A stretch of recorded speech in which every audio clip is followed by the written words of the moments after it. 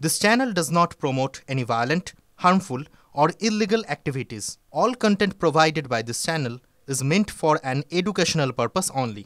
Top quality और consistent performance के लिए सिर्फ सिल्वर पंप्स नाम याद रखना। অপারেশন রাইজিং লায়নের পাল্টা অপারেশন ট্রু প্রমিস পার্ট 3। বৃহস্পতিবার ইরানে পরমাণু চুল্লি লক্ষ্য করে হামলা চালিয়েছিল ইসরায়েল। ভারতীয় সময় শুক্রবার রাত থেকে শুরু হয় ইরানের হামলা।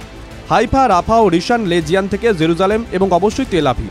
ইসরায়েলের কমবেশি 8টি গুরুত্বপূর্ণ শহর ও সেনাঘাঁটি এমনকি বিদ্যুৎ কেন্দ্র লক্ষ্য করে ব্লাস্টিক হামলা ইরানিয়ান রিপাবলিকান গার্ডের। আন্তর্জাতিক সংবাদ সংস্থা এমনকি ইসরায়েলের সংবাদ মাধ্যমে মেনে নিচ্ছে যতটা আশঙ্কা ছিল তার থেকে জোরালো প্রত্যাঘাত করেছে ইরান। ইরানের ব্লাস্টিক মিসাইলের ধাক্কায় তেল আভিভের একটি অংশসহ ইসরায়েলের অনেক শহর কার্যত তছনছ। ইরানি সেনার দাবি, সাবমেরিন থেকে ছোড়া মিসাইল হাইফা ও তেল আভিভে নিখুঁত টার্গেট হিট করেছে। এমনকি তেল আভিভে আইডিএফের সদর দপ্তরের সামনেও মিসাইল আছড়ে পড়ে। অল্পের জন্য বড় বিপর্যয় থেকে বেঁচেছে ইসরায়েলি সেনা। এই দাবি যে ভুয়ো নয় তা তো ইসরায়েলের বিভিন্ন শহরের ছবিই বলে দিচ্ছে। ইহুদি রাষ্ট্রের আকাশ প্রতিরক্ষা অন্যতম সেরা। 2023 সালের 7ই অক্টোবর সেই আকাশ প্রতিরক্ষা ভেঙে ইসরায়েলে হামলা চালায় হামাস। ইরানের হামলা আবারও দেখিয়ে দিল ইসরায়েলের আকাশ প্রতিরক্ষা দুর্ভেদ্য নয়। সেটা হলে ইরানি মিসাইল তেল আভিভ, হাইফা বা জেরুজালেমে আছড়ে পড়তে পারত না। ইসরায়েলি ডিফেন্স ফোর্স বা আইডিএফের অবশ্য দাবি ইরানের 80% হামলা রুখে দিয়েছে আয়রন ডোম এবং তাকে কেন্দ্র করে থাকা 3-স্তরীয় প্রতিরক্ষা বলয়।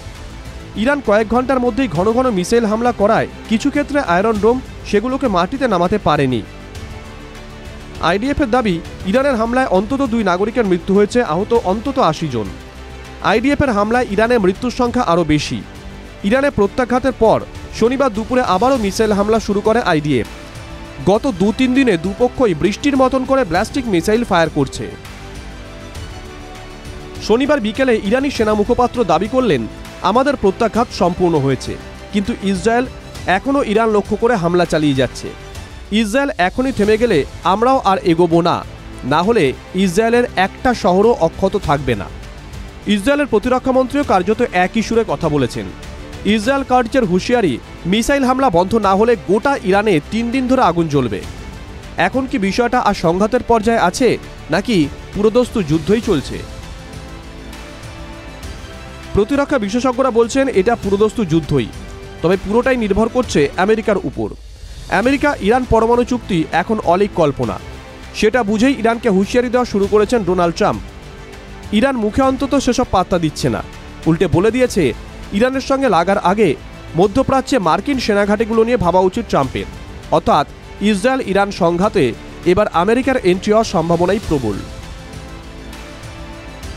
Bureau report, TV9 Bangla digital.